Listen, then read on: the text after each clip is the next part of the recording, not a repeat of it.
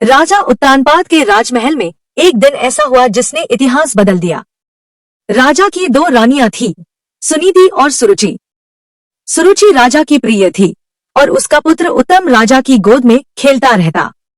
एक दिन छोटा ध्रुव, जो केवल 5 वर्ष का था, अपने पिता की गोद में बैठने आया, लेकिन सुरुचि ने उसे रोक दिया। कठोर स्वर में उसने कहा, राजा की गोद में बैठने का अधिकार केवल मेरे पुत्र उत्तम को है। अगर तू भी वहां बैठना चाहता है तो अगले जन्म में मेरे गर्भ से जन्म लेना। ये शब्द एक बच्चे के हृदय में अग्नि बनकर जल उठे। रोता हुआ ध्रुव अपनी मां सुनीति के पास पहुंचा। सुनीति ने उसे समझाया, बेटा, संसार में सबसे बड़ा पद भगवान का है। अगर उन्हें पा लेगा तो किसी की अनुमति की जरूरत नहीं पड़ेगी। यही वाक्य ध्रुव के जीवन की दिशा बन गया। उसी रात ध्रुव ने राजमहल छोड़ दिया और वन की ओर चल पड़ा। वन में उसे देवर्षि नारद मिले। नारद ने पहले उसे रोकना चाहा। वत्स, तू बहुत छोटा है, यह मार्ग कठिन है।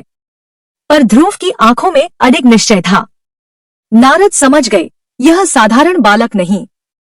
नारद ने उसे भगवान विष्णु का मंत्र दिया, नमो भगवते वासुदेवाय, और कहा, मधुवन में जाकर तपस्या करो। ध्रुव ने वर्षों तक कठोर तप किया।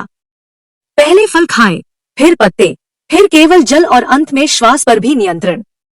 उसकी तपस्या से पृथ्वी कांप उठी, देवता विचलित हो गए। अंततः स्वयं भगवान विष्णु प्रकट हुए। शंख, चक्र, गदा और पद्म से सुशोभित दिव्य रूप सामने था। ध्रुव स्तब्ध रह गया। वह कुछ मांग ही नहीं पाया। भगवान ने कहा, वत्स, मांगो, तुम्हारी तपस्या सफल हुई। ध्रुव ने हाथ जोड़कर कहा, प्रभु, मुझे कुछ नहीं चाहिए। आपके दर्शन ही मेरे लिए सब कुछ है। भगवान विष्णु मुस्कुराए। उन्होंने ध्रुव को वह स्थान दिया जो आज भी आकाश में अटल है, ध्रुव तारा, जो सदा स्थिर रहता है।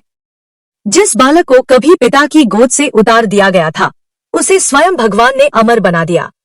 धर्म ग्रंथों से जुड़ी कहानियां सुनने के लिए चैनल को लाइक सब्सक्राइब जरूर करें।